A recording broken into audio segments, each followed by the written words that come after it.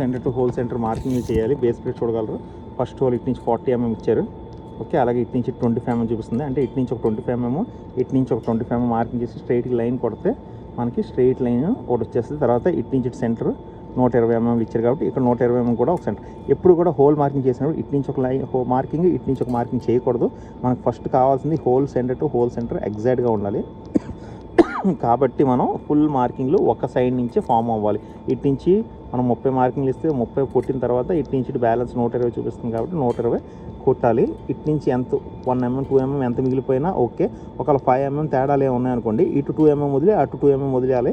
వాటికి మెయిన్ కావాల్సింది ఏంటంటే ఇన్స్పెక్షన్కి ఎవడు వచ్చినా క్లియర్గా ఒకటే చూస్తాను, ఇటు సెంటర్ నుంచి సెంటర్ ఎంత వస్తుంది, కరెక్ట్గా వస్తుందా లేదా, అలాగే హోల్ టు హోల్ ఇటు నుంచి ఇటు కరెక్ట్గా వస్తుందా లేదా, ఇవే చూస్తారు. కాబట్టి డ్రాయింగ్ ప్రకారం మనం ఇప్పుడు హోల్ టు హోల్ ఇది 100 కరెక్ట్గా ఉంది, అలాగే హోల్ టు హోల్ 180, అలాగే మళ్ళీ 100.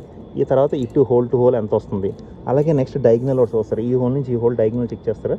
ఆ డయాగ్నల్ కరెక్ట్గా ఉందా లేదా చూసిన తర్వాత మన డ్రాయింగ్లో మనకి ఇస్తాడు. ఫస్ట్ ఈ ప్లేటు ఈ హోల్ సెంటర్ నుంచి ఈ బీమ్కి 30 mm 40 mm 50 mm ఎంత ఇచ్చారంటే దాన్ని బట్టి పెట్టాలి. హోల్ సెంటర్ నుంచి ఇది 50 mm చూపిస్తుంది.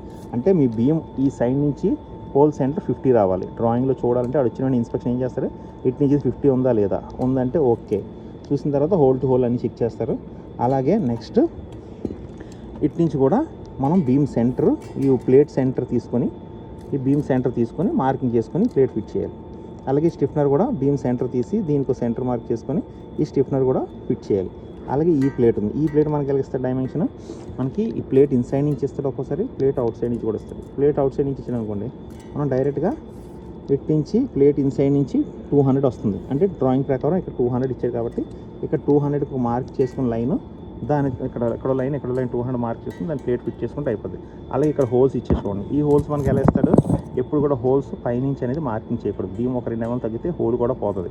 కాబట్టి ఈ బాటమ్ ప్లేట్ నుంచి ఇక్కడ హోల్ మార్కింగ్ ఇస్తాను అనమాట. ఇక్కడ 260 చూపించాడు.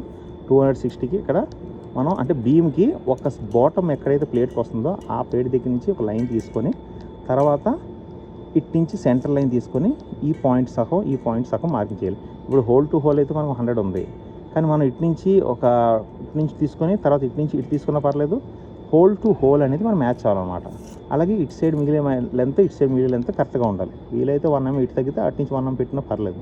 అంటే స్ట్రక్చర్ ఫ్యాబ్రికేషన్ అంటే మన చిన్న దాంట్లోనే మొత్తం స్ట్రక్చర్ అంతా క్లియర్గా అర్థమైపోతుంది అనమాట. అలాగే పెద్ద ప్లేట్కి వెళ్ళినప్పుడు పెద్దగా ఫుల్ డీటెయిల్గా చాలా ఎక్కువ ఉంటాయి అన్నమాట. మీకు డౌట్ క్లియర్గా ఎక్స్ప్లెయిన్ చేయలేదు, అక్కడ అర్థం కాలేదు, స్లోగా చెప్పండి అంటే నాకు కామెంట్ చేయండి, నేను ఇంకో వీడియో చేస్తాను. ఇదిగో ఈ బీమ్ కూడా ఉంది. ఇవే స్ట్రక్చరల్ ఫ్యాబ్రికేషన్ వస్తాయి, ఇంకేమీ కాదు. మొత్తం సెట్స్ తయారవడానికి